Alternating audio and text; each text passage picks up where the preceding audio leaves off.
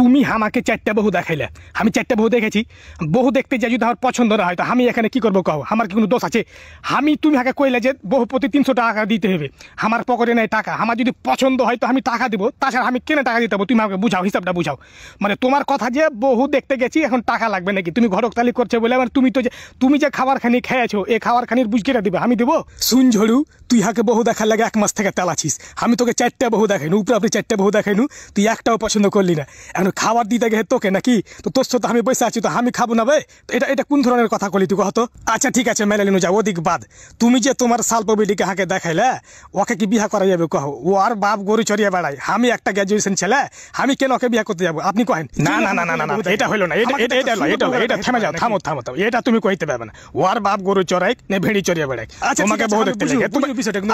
আরে থামো, আমাকে কইতে আমি তো ওর বাপ গরু চড়াই নাকি? তুমি এখন গ্রাজুয়েশন কমের ছেলে, তুমি বিয়া করালে তো হাবিয়ে বেড়ায়, তো তুমি বিয়া করবে না? তোমাকে যাকে মন তাকে দেখাইতে পারে, তো ওখানে ওর দোষটা আমাকে তুমি বুঝাও নাকি? তুমি ধরেন একটা মূর্খের মতন কথা আগে কইতে দাও না, তুমি থামো না। তুমি মাদবুর সাহেব, আমি ওকে এটাই বুঝাতে চাচ্ছি, কিন্তু ওই শালা বুঝতে পারে না কথাটা। শুনে তোমরা যদি এভাবে ভেদ করো, আমি কিন্তু উঠে চলে যাবো। আগে কিছু কইতে দেবে? কথা হইলো তোমাকে বহু দেখাইবে, তুমি বিয়া করবে, বুঝে যাবে। তোমার পছন্দ হলে বিয়া করবে, আর না হলে তুমি উঠে চলে যাবে। কিন্তু তোমাকে টাকা ঠিক আছে যাবো, কিন্তু ওকে কইবেন যে উঠে ভালো টাকা দিতে কি দেখায়? 10 টাকা ভালো বহু দেখাও তুমি আগে।